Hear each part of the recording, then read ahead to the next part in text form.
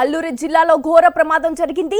చింతూరు మారేడుమిల్లి ఘాట్ రోడ్లో ఓ private travels bus అదుపు తప్పి లోయలో పడిపోయింది. అయితే అంశానికి సంబంధించిన ఈ ఘటనకు సంబంధించి విజువల్స్ ను మనం సాక్షి స్క్రీన్ పై ఎక్స్క్లూజివ్ గా చూస్తున్నాం. తులసిపాక గ్రామానికి సమీపంలోనే ఈ ప్రమాదం జరిగింది.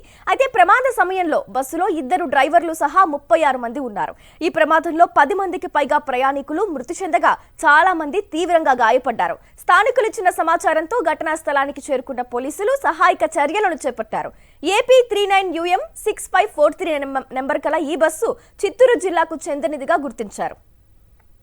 చిత్తూరు జిల్లాకు చెందిన 36 మంది శ్రీ విఘ్నేశ్వర ప్రైవేటు ట్రావెల్స్ కు చెందిన బస్సులో పుణ్యక్షేత్రాల సందర్శనకు బయలుదేరారు. భద్రాచలం దర్శనం తర్వాత అరకు బయలుదేరారు. ఏజెన్సీ ప్రాంతం కావడంతో చింతూరు మారేడుమిల్లి ఘాట్ రోడ్డుపై భారీగా పొగమంచు కమ్ముకుని ఉంది. ఈ క్రమంలోనే బస్సు లోయలో పడిపోవడంతో ఈ ప్రమాదం జరిగింది. గాయపడ్డ వారిని భద్రాచలం ఏరియా ఆసుపత్రికి తరలించారు.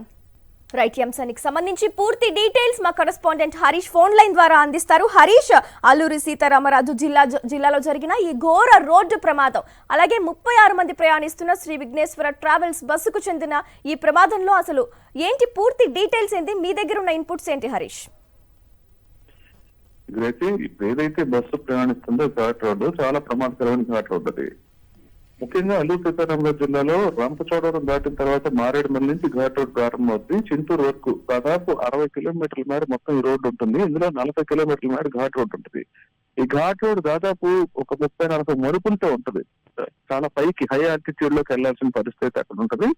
సాధారణంగా సింగిల్ రోడ్ కావడంతో ఒరిస్సా, ఛత్తీస్గఢ్ నుంచి వచ్చే వెహికల్స్ కానీ, భద్రాచలం తెలంగాణ నుంచి వచ్చే వెహికల్స్ కానీ హైవే నుంచి రాకుండా ఏజెన్సీలోకి రావాలంటే ఇదే మార్గంలో వస్తాయి. ప్రధానంగా ఈ టూరిస్ట్ బస్సులకు సంబంధించి భద్రాచలంలో దర్శనం చేసుకున్న తర్వాత భద్రాచలం, చింతూరు, మారేడుమిల్లి నుంచి గోకవరం వచ్చి అక్కడి నుంచి నేషనల్ హైవేకి వెళ్ళడం రెగ్యులర్ గా జరిగే ప్రాసెస్. ప్రధానంగా ఈ రోడ్డు టోల్ గేట్లు అయితే ఉండవు. దాంతో చాలా గూడ్స్ వాహనాలు కూడా ఎక్కువ ఈ రోడ్ లో ప్రయాణిస్తుంటాయి. బస్సులు అయితే రంపచోడవరం, మారేడుమల్లి, అదేవిధంగా చింతూరు, భద్రాచలం బస్సులు మాత్రం పరిమితంగా అయితే ఉంటాయి. ప్రధానంగా రాజమండ్రి నుంచి కూడా 1-2 సర్వీసులు మాత్రం భద్రాచలం వెళ్లి రూట్ లో ఈ రూట్ గుండా ప్రయాణిస్తాయి. ఇప్పుడు ఏదైతే విఘ్నేశ్వర ట్రావెల్స్ బస్సు ఉందో 36 మందిని ప్రయాణికులు ఎక్కించుకుని ఒక్కొక్క పుణ్యక్షేత్రం చూసుకుంటూ వాళ్ళు ఇక్కడ రావటం జరిగింది. ముఖ్యంగా భద్రాచలంలో దర్శనం చేసుకున్న తర్వాత సాయంత్రం, సాధారణంగా ఈ రోడ్ లో సాయంత్రం అయితే ప్రయాణాలు జరగవు. ఎందుకంటే శీతాకాలం కాకపోయినా సాధారణ సమయాల్లో కూడా పొగమంచు ఎక్కువగా ఉంటుంది. ఆ రోడ్ లో రాత్రిపూట ప్రయాణాలు చాలా తక్కువగా ఉంటాయని చెప్పొచ్చు. కేవలం ట్రాన్స్పోర్ట్ వెహికల్స్ మినహాయించి మిగిలిన ఏ వెహికల్ కూడా ఈ రోడ్ లో పెద్దగా ప్రయాణించే అవకాశం లేదు. అటువంటి సమయంలో ఎప్పుడు కూడా రాత్రిపూట ట్రావెల్ బస్సులు కానీ గతంలో కూడా అనేక ప్రమాదాలు అయితే ఈ మలుపుల్లోనే చోటు చేసుకోవడం జరిగింది. ఎందుకంటే మలుపులు చాలా క్రిటికల్ గా ఉంటాయి. ఎక్స్పీరియన్స్ ఉన్న డ్రైవర్లు మినహాయిస్తే ఘాట్ రోడ్ లో అలవాటు లేని వాళ్ళు ఎవరు కూడా ఈ రోడ్ లో ప్రయాణించే అవకాశం అయితే లేదు. ప్రధానంగా ఈ ఘాట్ రోడ్ గురించి తెలిసిన డ్రైవర్లు మాత్రమే ఎక్కువ ఇక్కడికి వాహనాలు తీసుకురావడం అయితే జరుగుతుంది. ఈ ట్రావెల్స్ బస్సులకు సంబంధించి అయితే గతంలో కూడా అనేక బస్సులు ప్రమాదాలకు గురైన సంఘటనలు కూడా అనేక ఉన్నాయి. విఘ్నేశ్వర ట్రావెల్స్ బస్సు విషయానికి వస్తే అదే పరిస్థితి ఎదురై ఉండొచ్చని కూడా అధికారులు అక్కడే స్థానికంగా భావిస్తున్నారు. ఎందుకంటే పూర్తిగా పొగమంచు అనుముకుని ఉంటూ మరోవైపు దట్టమైన మంచు అనమాట. కనీసం ఎదురు ఏమొస్తుందో వెహికల్ కూడా తెలియని పరిస్థితుల్లో ఈ ఘాట్ రోడ్ లో ఉండే మలుపులను అంచనా వేయలేకపోవటం వల్ల ఈ ప్రమాదం జరిగి ఉందని భావిస్తున్నారు. అర్ధరాత్రి దాటిన తర్వాత చలి తీవ్రత కూడా చాలా ఎక్కువ అయిపోవటం, పొగమంచు కూడా చాలా ఎక్కువగా ఉండటంతో దట్టమైన అటవీ ప్రాంతంలో ప్రయాణించడం చాలా ప్రమాదకరమైన అంశం. ఆ సమయంలో అక్కడ ప్రయాణిస్తున్న బస్సు మలుపులను గుర్తించలేక దాదాపు 30 నుంచి 40 అడుగుల మేర కొన్ని చోట్ల లోయలు ఉన్నాయి. ఇంకొన్ని చోట్ల అయితే ఇంకా చాలా లోపలికి ఉండే పరిస్థితి కూడా ఉంది. ఘాట్ రోడ్ నుండి వేరే వెహికల్ తప్పించాలన్నా సరే చాలా కష్టమైన విషయం. రోడ్డును అంచనా వేయలేకపోతే ఖచ్చితంగా లోయలోకి పడిపోయే ప్రమాదం అయితే అక్కడ ఉంది. ఒక మెయిన్ వెహికల్, ఒక పెద్ద వెహికల్ వచ్చి భారీ వాహనం ఏదైనా వచ్చిందంటే దాన్ని తప్పించడానికి చాలా కష్టపడాల్సిన పరిస్థితి అక్కడ ఉంది. కాస్త అవగాహన ఉన్నవాళ్ళు కానీ తెలిసిన వాళ్ళు కానీ రాత్రిపూట అయితే ఈ ప్రాంతంలో ప్రయాణం చేసే పరిస్థితి అయితే ఇప్పుడు లేదు. ప్రస్తుతానికి ఈ ఘటనకు సంబంధించి అయితే సంఘటన జరిగిన తరువాత కనీసం సమాచారం కూడా ఎవరికి ఇచ్చే పరిస్థితి ఎక్కువ ఉండదు. ఎందుకంటే సెల్ ఫోన్ సిగ్నల్స్ కూడా చాలా వరకు పనిచేయవు. చింతూరు దాటిన తర్వాత 10 నుంచి 15 కిలోమీటర్ల మేర సిగ్నల్స్ అయితే పనిచేస్తే తర్వాత చాలా నెట్వర్క్లు పనిచేసే పరిస్థితి లేదు. అందులో ఘాట్ రోడ్ లో లోయలోకి పడిపోయిన తర్వాత సిగ్నల్స్ కూడా అందించే పరిస్థితి లేదు. ఒక్కసారిగా లోపల ఉన్న జనం అంతా ప్యానిక్, ముఖ్యంగా ఆ సమయంలో పడుకుని ఉంటారు, నిద్రలో ఉంటారు వాళ్ళంతా కూడాను. ఆ సమయంలో బస్సు లోయలో పడిపోవడంతో చాలా పానిక్ సిచ్యువేషన్ క్రియేట్ అయి ఉంటుంది. దాంతో ఒక్కసారిగా ఎవరికి సమాచారం ఇవ్వాలన్నా హాహాకారాలు చేసి కిందకి పడిపోవడం జరుగుతుంది. వాళ్ళు ఎవరికి సమాచారం ఇచ్చే ఆలోచన కూడా ఆ సమయంలో ఉండదు. ముఖ్యంగా ఈ ఘటన ఈ సంఘటన ఎప్పుడు జరిగిందన్న విషయం మీద కూడా స్పష్టత లేకుండా పోయింది. ఎందుకంటే పూర్తి సమాచారం తెలియాలంటే కనీసం ఆ ఘటన ఎవరైనా గమనించి ఉండాలి, అక్కడి నుంచి కమ్యూనికేషన్ ఉండాలి. అయితే అది కూడా చాలా ఆలస్యంగానే జరిగినట్టు తెలుస్తుంది. అక్కడికి బయలుదేరాలంటే ఖచ్చితంగా చింతూరు నుంచి వెళ్లాల్సి ఉంటుంది. చింతూరు మండలం తులసిపాక సమీపంలోనే మోతుగూడెం పోలీస్ స్టేషన్ లిమిట్స్ లో అయితే ఈ ఘటన జరిగినట్టు భావిస్తున్నారు. దీనికి సంబంధించి ప్రస్తుతానికి రెస్క్యూ ఆపరేషన్ ప్రారంభమైంది. 36 మందిలో 15 మంది అయితే మృతి చెందినట్టు చెప్తున్నారు. మిగిలిన వాళ్ళంతా తీవ్ర గాయాలు పాలైనట్టు తెలుస్తోంది. చిత్తూరు నుంచి బయలుదేరిన ఈ వెహికల్ మొత్తం ప్రయాణికులతో బయలుదేరిన ఒక్కొక్క టెంపుల్ చూసుకుంటూ వస్తుంది. ప్రస్తుతం అయితే నేషనల్ హైవేకి ఇది దాటుకుని గోకవరం దాకా వచ్చి అక్కడ కాకినాడ మీద నుంచి అన్నవరం కానీ లేదా మిగతా ప్రాంతాలు చూడటానికైనా సరే నేషనల్ హైవేకి రావాల్సి ఉంటుంది. ఇదంతా జరగాలంటే పూర్తిగా మారేడుమల్లి వరకు ఘాటి దిగి రావాల్సి ఉంటుంది. పూర్తి అవగాహన ఉన్న డ్రైవర్లు మినహాయించి ఏ ఒక్కరు కూడా ఈ ఘాట్ రోడ్ లో ప్రయాణించాలంటే తీవ్రంగా భయపడే పరిస్థితి. ఒక్కొక్క సందర్భంలో అయితే పరిస్థితి చాలా సివియర్ గా ఉన్నప్పుడు ఘాట్ రోడ్ మూసివేత కూడా జరుగుతుంది. ఎందుకంటే మారేడుమల్లి దాటిన తర్వాత ప్రారంభమయ్యే ఘాట్ రోడ్డు అనేక మలుపులతో ప్రమాదకరమైన మలుపులతో కూడుకుని ఉంటుంది. కాబట్టి కొన్ని సిచ్యువేషన్ బాగున్నప్పుడు ఈ రహదారిని కూడా మూసేస్తారు. తెల్లవారుజామున మళ్ళీ తిరిగి ప్రారంభించడం జరుగుతుంది. ఇప్పుడున్న పరిస్థితుల్లో రావడం చాలా క్రిటికల్ సిచ్యువేషన్ లో రావడం జరిగింది. ప్రధానంగా మంచు తీవ్రత ఎక్కువగా ఉండటం, కనీసం ఎదురుగా వస్తున్న వాహనాలు కూడా తెలియని పరిస్థితి, ఏంటో తెలియని గుర్తించలేని పరిస్థితిలో ఈ రోడ్డు సక్రమంగా కనపడకపోవటం వల్ల ప్రమాదం జరిగి ఉండొచ్చని భావిస్తున్నారు. ఏది ఏమైనా సరే అయితే 15 మంది ప్రాణాలు కోల్పోయారు. తీవ్ర దారుణమైన సిచ్యువేషన్ అయితే ఆ ప్రాంతంలో ఏర్పడింది. ప్రస్తుతానికైతే 5 108 వెహికల్స్ కూడా అక్కడే ఉన్నాయి. అదేవిధంగా వైద్య సహాయం కోసం చింతూరు ఏరియా ఆసుపత్రి కొంతమంది తరలిస్తున్నారు. దాంతో పాటు బాడీస్ రంపచోడవరం ఆసుపత్రికి కూడా తరలించే ప్రయత్నం అధికారులు చేస్తున్నారు. ప్రస్తుతానికైతే రెస్క్యూ కొనసాగుతుంది. అంటే హరీష్, ఇప్పుడు మీరు చెప్పినట్టుగా చూస్తే ఆ ప్రమాదం జరిగిన చాలా సేపటి తర్వాత విషయం బయటపడడంతో లేట్ అయింది రెస్క్యూ చేయడానికి కానీ పోలీసులకు స్థానికులకు కానీ. అంటే లేదు అంటే ఇంకా తొందరగా కూడా ప్రయాణికులను కాపాడే సిచ్యువేషన్ ఉండొచ్చు అంటారా? అయితే ఆ ప్రాంతంలో అన్ని రకాలుగా కూడా భౌగోళికంగా కూడా చాలా పరిస్థితి క్రిటికల్ గా ఉండే ప్రాంతం అది. ఎందుకంటే అక్కడి నుంచి సమాచారం వల్ల ఒకటి సెల్ ఫోన్ నెట్వర్క్ ఉండదు, 2 చింతూరుకి 15 కిలోమీటర్లు దాటిన తర్వాత చాలా సెల్ ఫోన్ నెట్వర్క్లు ఆగిపోతాయి. మరోవైపు మారేడుమల్లి రావాలంటే మళ్ళీ అక్కడి నుంచి 45 కిలోమీటర్ల మేర ప్రయాణించాల్సి ఉంటుంది. ఇప్పుడు ఏదైతే సంఘటన జరిగిందో దాదాపు ఈ ఘాట్ రోడ్డు ప్రారంభంలోనే చెప్పొచ్చు. ఎందుకంటే ఘాట్ రోడ్ ఇంకా కిందికి వచ్చే కొద్దీ ఇంకా చాలా మలుపులతో చాలా ఇబ్బందికరంగా ఉండే పరిస్థితి.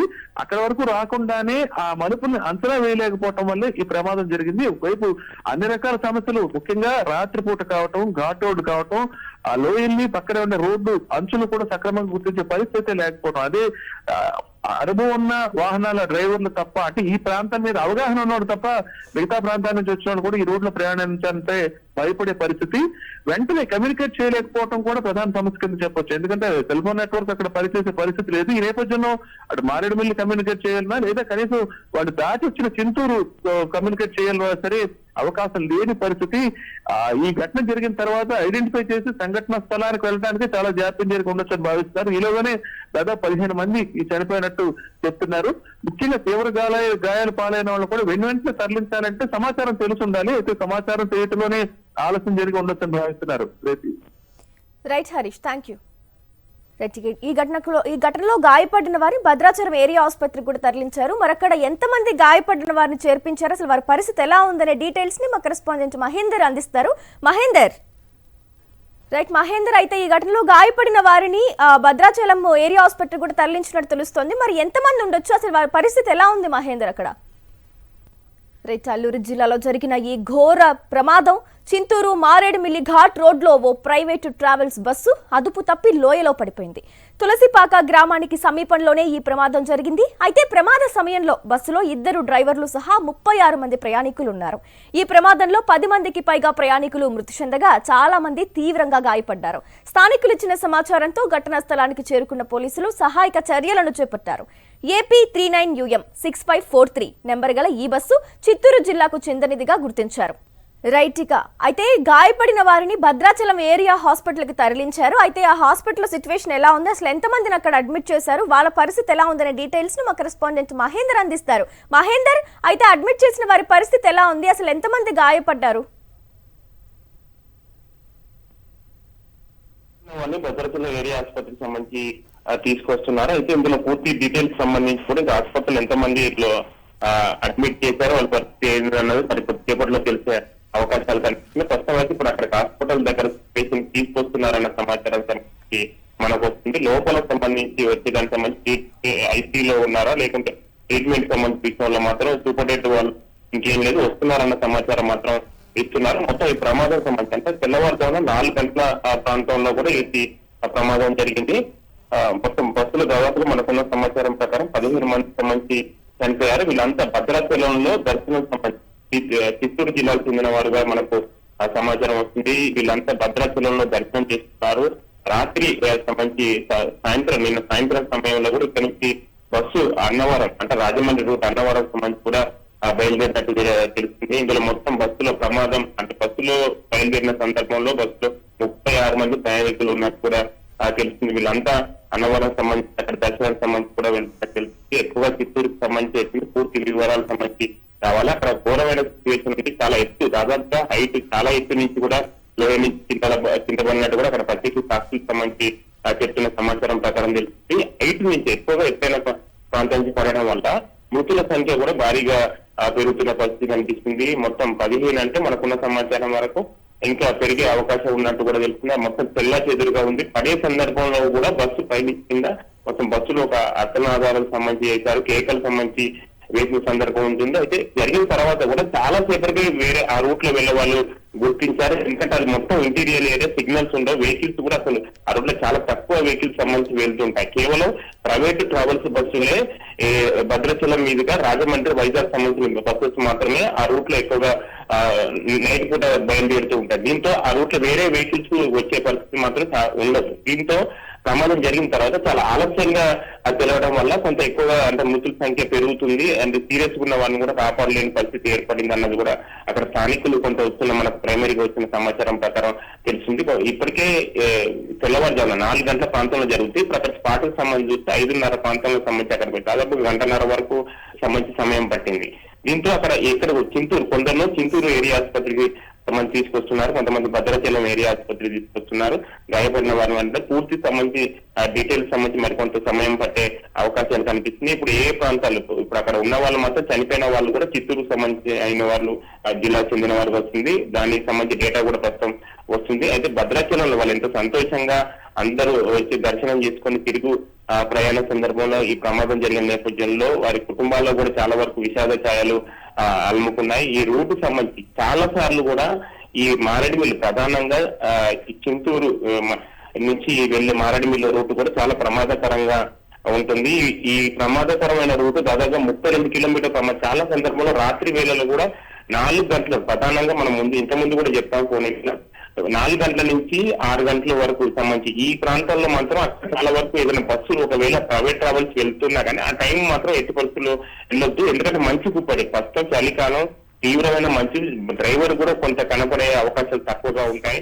ఈ ప్రమాదానికి ఇది కూడా ఒక ప్రధాన కారణంగా తెలుస్తుంది. ఇంత సీరియస్ గా అంటే తెల్లవారుజామున దాదాపుగా ఈ ఏరియా మొత్తం మారేడుమిల్లి అనేది ఇంటీరియర్ సంబంధించిన ఏరియా మంచు కుప్పడి మొత్తం ఆ ఘాట్ రోడ్ ను కూడా మంచు మొత్తం కప్పేస్తుంది. దీంతో ప్రయాణం చేయాలని చాలా కష్టమైన పని. దీంతో ఆ రూట్ లో చాలా వరకు ఆ సమయానికి తెల్లవారుజామున ఆ సమయానికి వాళ్ళు బస్సు ప్రయాణం సంబంధించి ఏదైనా ఉన్నా ముందు ఆపుకోవాల్సి ఉంటుంది, దాని తర్వాత నుంచి పోవాల్సి ఉంటుంది. కానీ థ్యాంక్ యూ మహేందర్.